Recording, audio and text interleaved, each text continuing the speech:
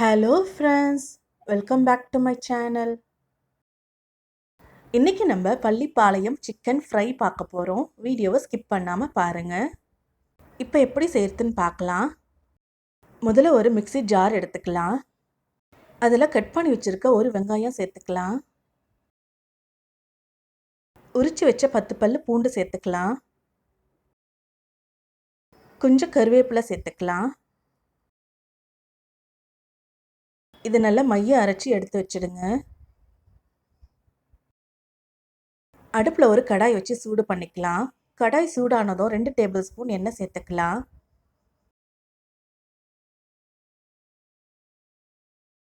எண்ணெய் சூடானதும் 5லேருந்து 6 காஞ்ச மிளகாய் சேர்த்துக்கலாம்.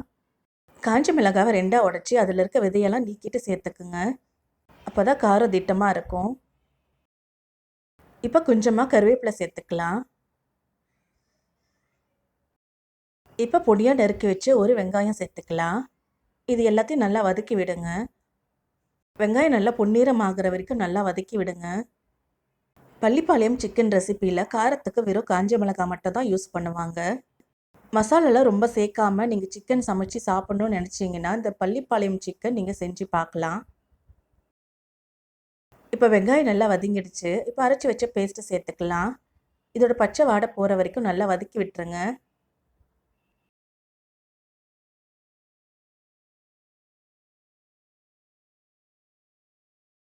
இப்போ 1/2 கிலோ சிக்கன் சேர்த்துக்கிறேன். அடுப்பை மீடியம் ஃப்ளேமில் வச்சு சிக்கனை நல்லா வதக்கி விடுங்க. சிக்கனோட கலர் ஒயிட் கலராக மாறுற வரைக்கும் நல்லா வதக்கி விடுங்க. இப்போ சிக்கனோட கலர் ஒயிட் கலராக மாறி இருக்கு.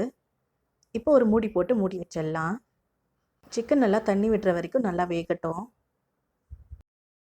இப்போ மூடி ஓப்பன் பண்ணி பார்க்கலாம். சிக்கன் நல்லா தண்ணி விட்டுருக்கு. இப்போ 1/4 டேபிள் ஸ்பூன் மஞ்சள் தூள் சேர்த்துக்கலாம். இது எல்லாத்தையும் நல்லா கலந்து விடுங்க. இந்த ரெசிப்பியில் நம்ம தனியாக தண்ணி சேர்க்க போகிறதில்ல. இந்த சிக்கன்லேருந்து வரக்கூடிய தண்ணியில் தான் இந்த சிக்கன் வேகணும். இதில் மிளகாய் பொடி, தனியா பொடி கூட சேர்க்க போகிறதில்ல. நம்ம போட்டிருக்க காஞ்ச மிளகாயில் இருக்க காரமே இது கரெக்டாக இருக்கும்.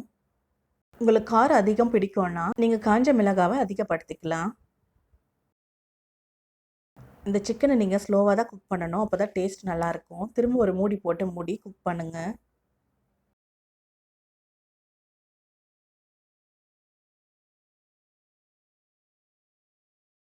இப்போ சிக்கன் ஓரளவுக்கு ட்ரை ஆகிருக்கு.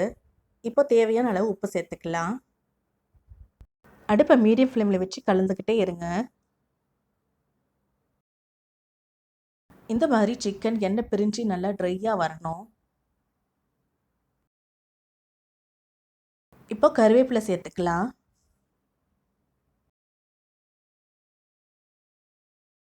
இப்போ பொடியாக நறுக்கி வச்ச 1/4 கப் தேங்காய் சேர்த்துக்கலாம்.